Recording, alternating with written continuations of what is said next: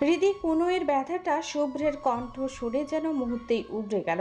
ও চমকে মাথা তুলে তাকালো। ছাদের আবসা অন্ধকারের রেলিংয়ের ধারে দু হাত পকেটে ঢুকিয়ে ঠোঁটে এক চিলতে সেই চেনা বাঁকা হাসি নিয়ে দাঁড়িয়ে আছে ওর নবাব সাইফান শুভ্র চৌধুরী। শুভ্রের সেই তীক্ষ্ণ দৃষ্টি সরাসরি হৃদির চোখের উপর নিবদ্ধ। শুভ্রকে এইভাবে শান্ত আর হাসি মুখে দেখতেই হৃদির মনের ভেতরের অভিমানটা আরও চাড়া দিয়ে উঠল। একটু আগেই শুভ্র ওর উপর কতটা রাগ দেখালো, আর এখন যেন কিছুই হয়নি। হৃদি একটা তাচ্ছিল্যের হাসি দিয়ে গাল ফুলিয়ে উঠে দাঁড়ালো। খুঁড়িয়ে খুঁড়িয়ে হাঁটা শুরু করতেই পেছন থেকে শুভ্রের সেই ভরাট কণ্ঠস্বর ভেসে এলো। এই শোন। হৃদি মনে মনে ঠিক করেছিল আর ওর কোনো কথাই কানে দেবে না, কিন্তু ওই যে শুভ্রের কণ্ঠ শুনলে ওর পা দুটো যেন আর নিজের বশে থাকে না। ও না চাইতেও থমকে দাঁড়িয়ে গেল। ধীর পায়ে ঘাড় ঘুরিয়ে শুভ্রের দিকে তাকালো। শুভ্র তখনও একই ভঙ্গিতে দাঁড়িয়ে, চোখে এক অদ্ভুত মায়া আর জেদ। শুভ্র এবার সোজা হৃদির চোখের মণি বরাবর তাকিয়ে খুব নিচু কিন্তু স্পষ্ট স্বরে বলল, রাতে ছাদে আসিস। কথাটা শুনেই হৃদির ভেতরটা একবার কেঁপে উঠল। এই তো কিছুক্ষণ আগেই কি তুলকালাম হয়ে গেল, আর এখন ও রাতে ছাদে আসার কথা বলছে। হৃদির রাতটা এবার জেদে রূপ নিল। ও ভ্রু কুঁচকে গলাটা একটু শক্ত করে সোজাসুজি উত্তর দিল, পারবো না।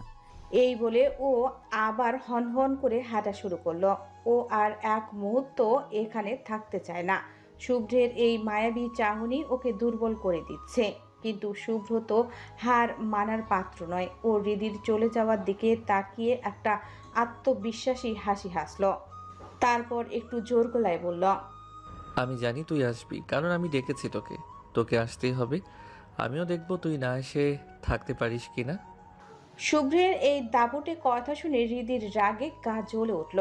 ও কি ওর হাতের পুতুল নাকি যে ডাকলেই যেতে হবে? হৃদি আর পিছনে ফিরে তাকালো না। বেশি করে মুখ বাঁকিয়ে দ্রুত ছাদের সিঁড়ি দিয়ে নামতে লাগলো। নামতে নামতে ও দাঁতে দাঁত চেপে বিড়বিড় করে নিজেকে নিজে শাসাতে লাগলো। যাব না, আমি মরে গেলেও যাব না। ও মনে করে কি নিজেকে? হ্যাঁ, আমিও দেখবো আমি যাই কিনা। বাড়ির উঠোনে একলা দাঁড়িয়ে শুভ্রা এক মনে অন্ধকার আকাশের দিকে তাকিয়ে রইল। সারাদিন হই হুল্লোড় আর টুকটাক হাসাহাসিতে কাটলেও এই নিঝুম সন্ধ্যায় নিজের ভেতরটা কেমন জানি হাঁসফাঁস লাগছে। খুব একা একা বোধ করছে ও। হঠাৎ নিস্তব্ধ ভেঙে পেছন থেকে এক পরিচিত কণ্ঠস্বর ভেসে এলো। শুভ্রা। শুভ্রা ধীর লয়ে ঘাড় ঘুরিয়ে দেখলো ঈশান দাঁড়িয়ে আছে। আজ সারাদিন ঈশানের সাথে ওর একটা কথাও হয়নি, অথচ অন্যদিন হলে ঈশানকে ও জ্বালিয়ে মারত। আর আজ দুজনেই কেমন চুপচাপ। শুভ্রার এই অস্বাভাবিক শান্ত থাকাটা ঈশানের একদম পছন্দ হচ্ছে না। শুভ্রা নির্লিপ্ত গলায় বলল, কিছু বলবেন? ঈশান একটু এগিয়ে এসে নরম সুরে জিজ্ঞেস করল, কি হয়েছে তোমার? মন খারাপ? শুভ্রা আবার আকাশের দিকে দৃষ্টি ফিরিয়ে নিল। উদাস গলায় বলল, না, এমনি। ঈশান এবার সরাসরি ওর চোখের দিকে তাকিয়ে বলল, আজ সারাদিন আমার সাথে একটা কথাও বলনি। আচ্ছা, তুমি কি আমার উপর কোনো কারণে রেগে আছো? শুভ্রা স্লান হেসে জবাব দিল। না, রাগ করিনি। ঈশান একটা স্বস্তির নিঃশ্বাস ফেলে বলল। রাগ না করলেই ভালো। শুভ্রা শুধু ছোট করে উত্তর দিল। হুম। ঈশান আর কথা বাড়ালো না। এক বুক দীর্ঘশ্বাস ফেলে নিঃশব্দে সেখান থেকে চলে গেল। শুভ্রা অনেকক্ষণ ওর চলে যাওয়ার পথের দিকে বিষণ্ণ চোখে তাকিয়ে রইল। ঈশানের এই হঠাৎ চুপ হয়ে যাওয়াটা যেন শুভ্রার মনের মেঘটাকে আরো ঘন করে তুলল। মনটা কেন জানি আগের চেয়েও বেশি ভারী হয়ে এলো। চারিদিকে এখন ঘুটঘুটে অন্ধকার। ঝিঝি পোকার একটানা ডাক আর দূরে শিয়ালের হুক্কা হুয়া শব্দ মিলে এক অদ্ভুত নিস্তব্ধতা তৈরি করেছে। বাড়ির সবাই রাতের খাওয়া শেষ করে যার যার ঘরে শান্তিতে ঘুমিয়ে পড়েছে। শুধু ঘুম নেই হৃদির চোখে। সে একা ব্যালকনির গ্রিল ধরে দাঁড়িয়ে আছে। ওর অবাধ্য মনটা প্রতি সেকেন্ডে ওকে খোঁচা দিচ্ছে। একবার ছাদে যা, ও তোকে ডেকেছে। কিন্তু হৃদির জেদ ধরেছে। সে কিছুতেই যাবে না। বড় পাজি এই মনটা। থাকে নিজের শরীরে, অথচ সারাক্ষণ চাতক পাখির মতো ধ্যানে থাকে অন্য একজনের। হৃদি নিজের নখ কামড়াতে কামড়াতে ভাবল, না, কিছুতেই যাব না। ও মনে করে কি নিজেকে ডাকলেই যেতে হবে? হঠাৎ হৃদির কাঁধে কেউ আলতো করে হাত রাখলো। নিস্তব্ধতায় চমকে উঠে হৃদি পেছনে তাকিয়ে দেখল শুভ্রা দাঁড়িয়ে। শুভ্রার চোখেও ঘুমের লেশ মাত্র নেই। ও নরম গলায় বলল, এভাবে একা দাঁড়িয়ে আছিস কেন? ঘুমাবি না? হৃদি নিজেকে সামলে নিয়ে একটু স্লান হেসে বলল, ঘুম আসছে না রে, তাই এখানে এসে দাঁড়ালাম। একটু ঝিরঝিরে বাতাস লাগছে, ভালোই লাগছে। কিন্তু তুই কেন জেগে? তোর চোখেও কি ঘুম নেই? শুভ্রা হৃদির পাশে এসে রেলিংয়ে ভর দিয়ে দাঁড়ালো। আকাশের এক কোণে এক ফালি চাঁদের দিকে তাকিয়ে উদাস স্বরে বলল, না রে, আমারও একই দশা। বিছানায় এপাশ ওপাশ করছিলাম, কিন্তু চোখে একদম ঘুম ধরা দিচ্ছে না। হৃদি একটু কৌতুক মেশানো গলায় ফিসফিস করে জিজ্ঞেস করলো, কেন রে, লক্ষণ তো ভালো ঠেকছে না। প্রেমে পড়েছিস নাকি? শুভ্রা কিছুক্ষণ চুপ করে রইল। একটা দীর্ঘশ্বাস ফেলে ওর মনের জমানো অস্বস্তিটুকু প্রকাশ করে ফেলল। প্রেমে পড়েছি কি না জানি না, কিন্তু জানিস, একজনের মুখটা সারাক্ষণ চোখের সামনে ভাসছে। তাকে অন্য কোনো মেয়ের সাথে কথা বলতে দেখলে বা অন্য কারোর পাশে দেখলে আমার ভেতরটা কেমন জানি জ্বলে ওঠে। একদম সহ্য করতে পারছি না তাকে অন্য কারোর সাথে। হৃদি অবাক হয়ে চোখ কপালে তুলে বলল, বলিস কি? তার মানে তুই নির্ঘাত প্রেমে পড়েছিস? কে রে সেই জন? আমাদের চেনা কেউ? শুভ্রা একটু স্লান হাসল। ওর চোখে এক বুক আকুতি। ও ধীর গলায় বলল, আমাকে আরো একটু সময় দে। আমি আগে নিজের মনের কাছে নিশ্চিত হই, তারপর সবটা তোকে খুলে বলবো, কথা দিচ্ছি। শুভ্রা কিছুক্ষণ এলোমেলো গল্প করে নিজের রুমে চলে গেল। হৃদি আবার একা হয়ে আকাশের দিকে তাকালো। রাত যত গভীর হচ্ছে ওর বুকের ভেতরের ছটফটানি যেন পাল্লা দিয়ে বাড়ছে। প্রতিটা মুহূর্ত যেন ওকে খসা দিচ্ছে, বারবার কানে কানে বলছে, ছাদে জারিদি, শুভ্র নির্ঘাত তোর জন্য চাতক পাখির মতো অপেক্ষা করছে। হৃদির দাঁতে দাঁত চেপে বিড়বিড় করে নিজের অবাধ্য মনকে এক চোট ঘালি দিয়ে উঠল। বলের মন, আমার শরীরে আমার রক্তে গন্ধে মিশে আছিস তুই, অথচ নিজের চেয়ে আমার ওই পাষাণ জামাইয়ের কথা ভাবছিস বেশি। সাহস কত দেখ! আর ওই নবাব একটু শান্তিতে থাকতে দিল না আমাকে। নিজেও ছাড়বে না, আবার ধরবেও না, একদম মাঝ আকাশে ঝুলিয়ে রেখেছে আমাকে। তুই খালি একবার বাগে আয়, তারপর তোকে কিভাবে সাহায্য করতে হয় তা আমার খুব ভালো করেই জানা আছে। নিজে নিজে এক গাদা বকবক করে নিজেকে শান্ত করার আপ্রাণ চেষ্টা করলো হৃদি, কিন্তু লাভ হলো না। ওই যে অবাধ্য মন, সেখানে শুভ্র আগে থেকেই অমনভাবে শিকড় ঘিরে বসে আছে যে নিজের যুক্তির চেয়ে শুভ্রের ওই হুকুমটাই ওর কাছে এখন বেশি দামি মনে হচ্ছে। বুকের ভেতর ধমকা ধমকিটা ক্রমশ বেড়েই চলছে। শেষ পর্যন্ত হৃদি আর নিজেকে আটকে রাখতে পারল না। এক রাশ জেদ আর এক বুক দুরু দুরু কাঁপন নিয়ে বিড়ালের মতো পা ফেলে চুপি চুপি রুম থেকে বের হলো। অন্ধকার করিডোর পেরিয়ে সিঁড়ি বেয়ে সোজা ছাদে উঠে এলো ও। ছাদের দরজার কাছে আসতেই ওর হৃৎপিণ্ডটা যেন গলার কাছে উঠে এলো। অন্ধকার ছাদ। হৃদি পা রাখতেই বুকটা ধক করে উঠল। চারিদিকে জন্য মানুষের চিহ্ন নেই। তবে কি পাষাণ লোকটা আসেনি, নাকি হৃদির আসতে দেরি হয়েছে দেখে বিরক্ত হয়ে চলে গেছে? এই একটা মানুষের জন্য এতক্ষণ ধরে ভেতরে ভেতরে ছটফট করছিল ও। একরাশ হতাশায় হৃদির চোখ ভিজে আসতে চাইল।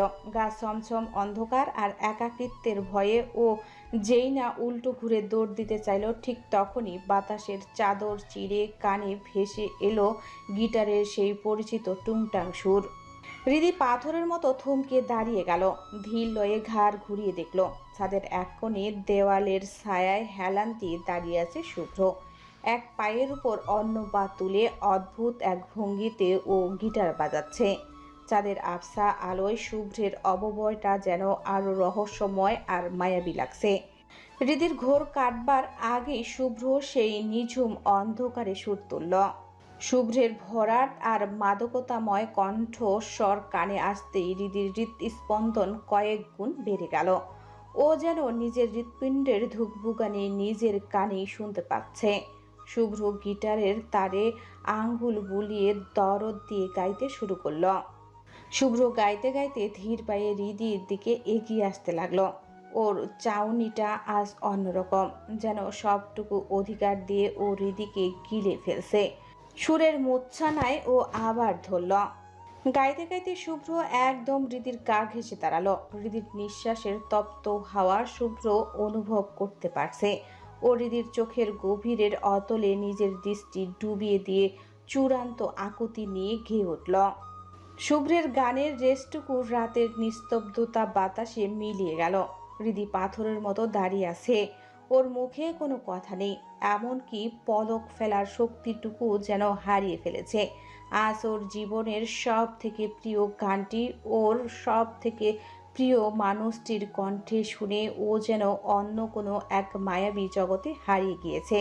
শুভ্র গিটার বাজাতে বাজাতে হৃদির চারপাশে ঘুরে ঘুরে যখন গানটা গাইছিল, হৃদির মনে হচ্ছিল সময়টা যেন ওখানেই থমকে যাক। গান শেষ হতেই শুভ্র ধীর পায়ে হৃদির একদম কাছে এসে দাঁড়ালো। ওদের মাঝের দূরত্ব এখন এতটাই কম যে হৃদি শুভ্রের শরীরের তপ্ত ঘ্রাণ আর ওর হৃদস্পন্দনের তাল স্পষ্ট অনুভব করতে পারছে। শুভ্র গিটারটা একপাশে রেখে হৃদির চোখের দিকে তাকিয়ে ঠোঁটের কোণে সেই পরিচিত বাঁকা হাসিটা ফুটিয়ে তুলল। তারপর নিচু স্বরে বলল, বলেছিলাম না ম্যাডাম, আপনি না এসে থাকতে পারবেন না। পারলেন কই? শেষমেশ তো সেই আসতেই হলো। অবশ্য কোনো প্রেমিক যখন তার প্রেমিকাকে গভীর রাতে এভাবে ডাকে, সেই প্রেমিকার না এসে থাকার মতো সাধ্য বা ক্ষমতা কোনোটাই আসলে থাকে না। শুভ্রের এই আত্মবিশ্বাসী আর কিছুটা দাপুটে কথায় হৃদির ঘোরটা মুহূর্তেই চট করে ভেঙে গেল। ওর বুকের ভেতরটা তোলপাড় করে এক রাশ অভিমান আর জেদ দানা পাকিয়ে উঠল। নিজেকে সে সামলে নিয়ে ও ঝট করে মুখটা অন্যদিকে ফিরিয়ে নিল। গাল ফুলিয়ে অভিমানী একদম পাল্লা দিয়ে ও তড়িৎ উত্তর দিল, বেশি বুঝবেন না তো। এখানে আমি কারোর হুকুম মেনে বা কারোর কথায় আসিনি। আমার নিজের ঘরে দম বন্ধ লাগছিল, ভালো লাগছিল না, তাই একটু হাওয়া খেতে এসেছি। আপনি এখানে আছেন কি নেই তাতে আমার কিচ্ছু যায় আসে না।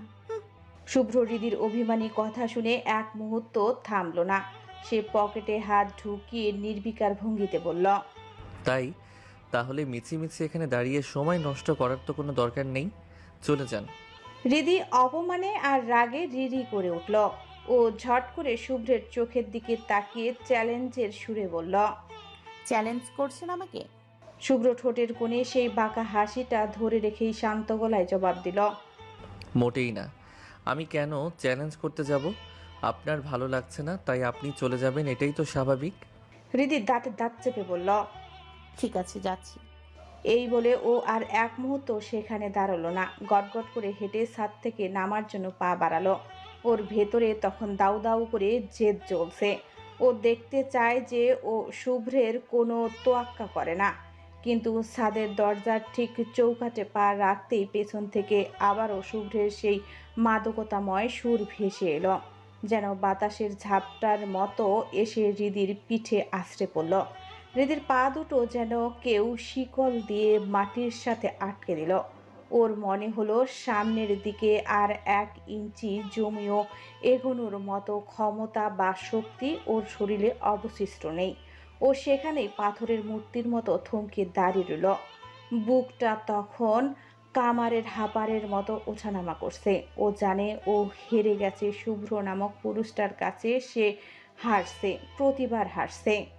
হৃদি ধীরে ধীরে ঘুরে দাঁড়িয়ে দেখল শুভ্র একটা পুরনো কাঠের বেঞ্চে উল্টো দিক হয়ে বসে আছে। ওর কাঁধের উপর দিয়ে গিটারের গিবরাটা দেখা যাচ্ছে। শুভ্র নিবৃষ্ট মনে গিটারের তারে আঙ্গুল চালাচ্ছে। হৃদি একদম নিঃশব্দে 1 পা 2 পা করে এগিয়ে এসে শুভ্রের ঠিক পিছনে গিয়ে দাঁড়ালো। ও চেয়েছিল শুভ্র যেন টের না পায় যে ও ফিরে এসেছে। কিন্তু হৃদয় পিছনে দাঁড়াতেই শুভ্র হুট করে গিটারের রিদমটা বদলে দিল। এবার এক অন্যরকম দোলা দেওয়া সুরে শুভ্র গেয়ে উঠল। হৃদি থমকে গেল। গানের কথাগুলো যেন একদম ওর জন্যই লেখা। শুভ্র ওর দিকে না তাকিয়ে সুরের জালে ওকে আটকে ফেলেছে। শুভ্র আবার ধরল। গানের প্রতিটি লাইনে শুভ্রের ভরাট কণ্ঠস্বর রাতের নির্জনতাকে আরো মায়াবী করে তুলল। হৃদি মুগ্ধ হয়ে শুনছে, ওর জেদ অভিমান সব যেন ওই সুরের বন্যায় ভেসে যাচ্ছে। শুভ্র এবার একটু জোর দিয়ে গাইল। শেষ লাইনটা গাওয়ার পর হুট করে শুভ্রের আঙ্গুল থেমে গেল। গিটারের টুংটাং শব্দটা থেমে যেতেই চারপাশে এক অদ্ভুত নিস্তব্ধতা নেমে এলো। শুভ্রের ঠোঁটের কোণে একটা বিজয়ী হাসি ফুটে উঠল। হৃদি অবাক হয়ে ভাবল, গানটা থামিয়ে দিল কেন? শুনতে তো বেশ ভালোই লাগছিল। হৃদি যখন নিজের ঘোরের মধ্যে ডুবে আছে, ঠিক তখনই শুভ্র একদম শান্ত গলায় বলল, আপনি জাননি? হৃদি চমকে উঠল। ও তো একদম নিঃশব্দে দাঁড়িয়েছিল, তবে শুভ্র বুঝলো কি করে? ও কি পেছনেও চোখ নিয়ে জন্মিয়েছে? নিজের ধরা পড়ে যাওয়া ঢাকতে হৃদি একটু আমতামতা করে কাঁপা গলায় বলল, আমি তো যাচ্ছিলামই, হঠাৎ মনে হলো এই পচা গানটা কে গাইছে একটু দেখে নেই, তাই দাঁড়িয়েছিলাম। শুভ্র এবার ব্রেঞ্চ থেকে উঠে দাঁড়ালো। খুব ধীর পায়ে হেঁটে ও হৃদির একদম সামনে এসে থামলো। দু হাতের দূরত্ব নেই বললেই চলে। শুভ্রের দীর্ঘ ছায়াটা হৃদির উপর আছড়ে পড়েছে। ও খুব গম্ভীর গলায় বলল, মনে হচ্ছে না আপনি আমার সাথে লুকোচুরি খেলছেন? সত্যি বলছি ম্যাডাম, খেলাটা আমার মোটেও ভালো লাগছে না। হৃদি এবার আর দৃষ্টি সরালো না। বুক চেতিয়ে শুভ্রের চোখের উপর চোখ রেখে বলল, আমি কেন আপনার সাথে লুকোচুরি খেলতে যাব? আমি তো বরং চাইছি আপনাকে ভুলে যেতে, কারণ আপনাকে মনে রাখা আমার জন্য বড্ড কষ্টদায়ক। তাই প্রতিটা মুহূর্তে চেষ্টা করছি যদি কোনোভাবে আপনাকে মন থেকে মুছে ফেলা যায়। শুভ্র এক মুহূর্ত চুপ করে রইল। ওর চোখের সেই ধারালো চাহনিটা কিছুটা নরম হয়ে এলো। ও খুব নিচু স্বরে জিজ্ঞেস করল, এত রাগ আমার উপর? হৃদি একটা শুকনো হাসল। চোখের কোণে তখন অজান্তেই পানি চিকচিক করছে। ও ধরা গলায় বলল, কারো প্রতি কোনো রাগ নেই আমার। আচ্ছা থাকেন আপনি, আমি ঘুমোতে যাচ্ছি। Good night. এই বলে হৃদি আর এক সেকেন্ডও সেখানে দাঁড়ালো না। ও জানে আর কিছুক্ষণ থাকলে ও কেঁদে ফেলবে। ও দ্রুত পায়ে ছাদের দরজার দিকে হাঁটা দিল, কিন্তু দু পা এগোতেই আচমকা ওর ওড়নাটা টান লাগলো। শুভ্র পেছন থেকে হৃদির ওড়নার আঁচলটা মুঠোর মধ্যে শক্ত করে ধরে ফেলেছে।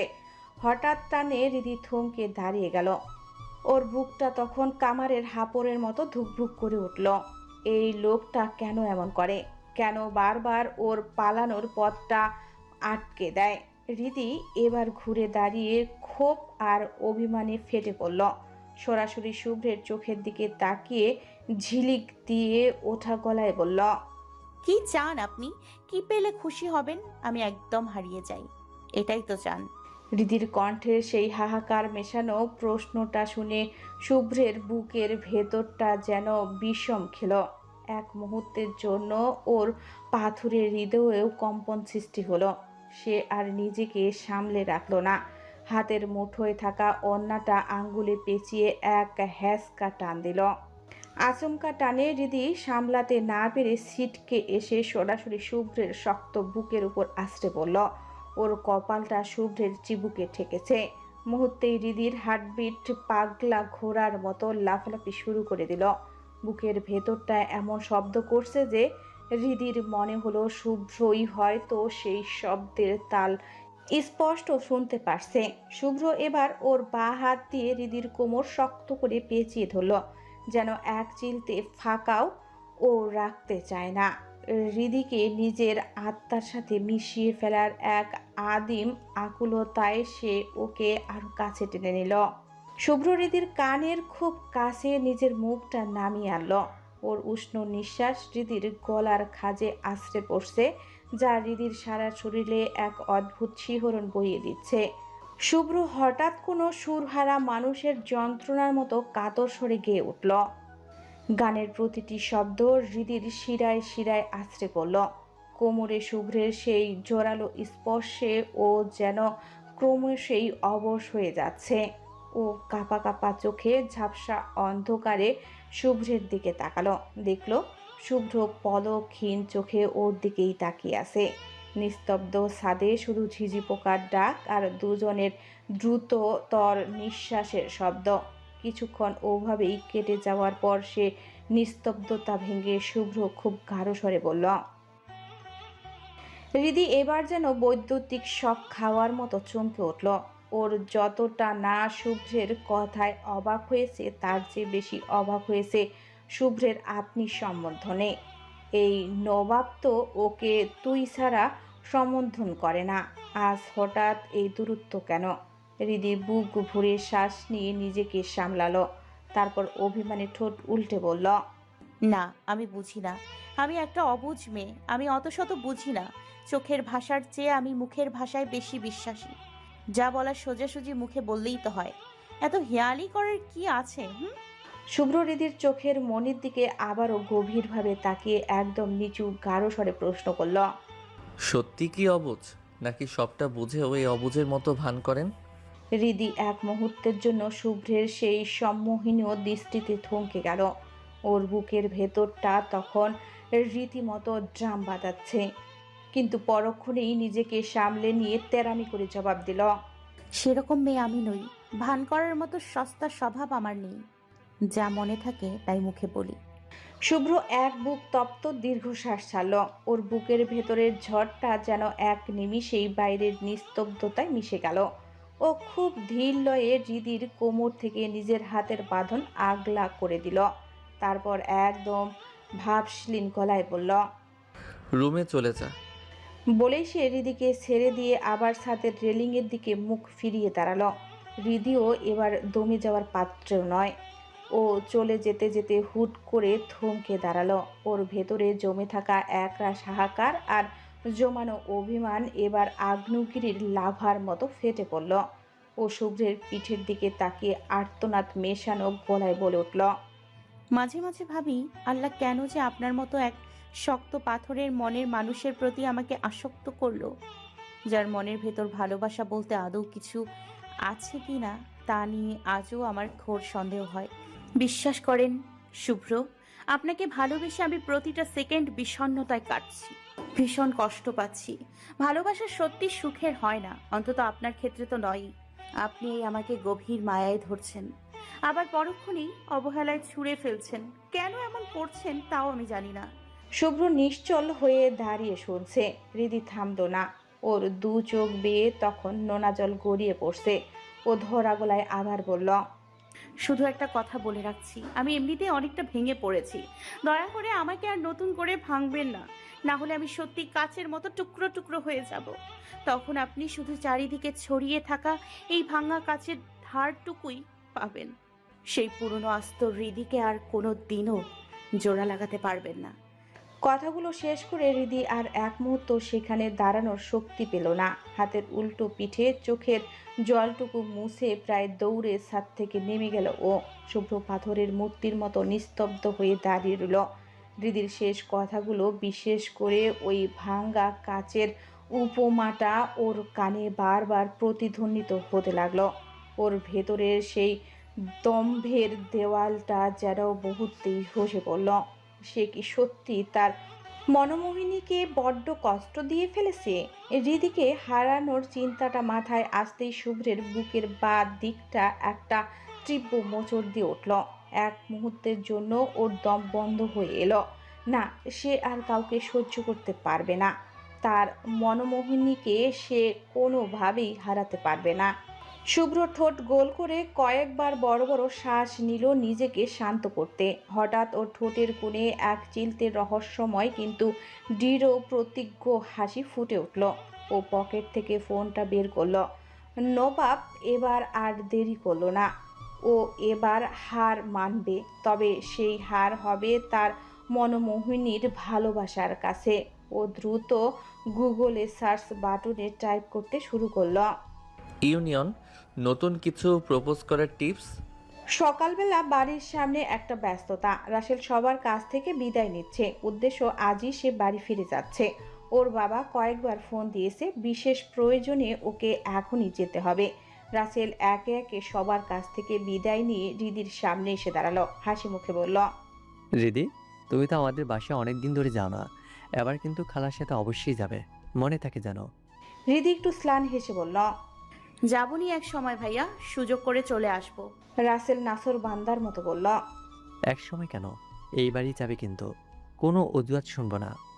বলেই সে রাবেয়া এহসানের দিকে তাকিয়ে আবদারে সুরে বলল, কি খালা, এবার আমাদের বাসায় যাচ্ছ তো তোমরা?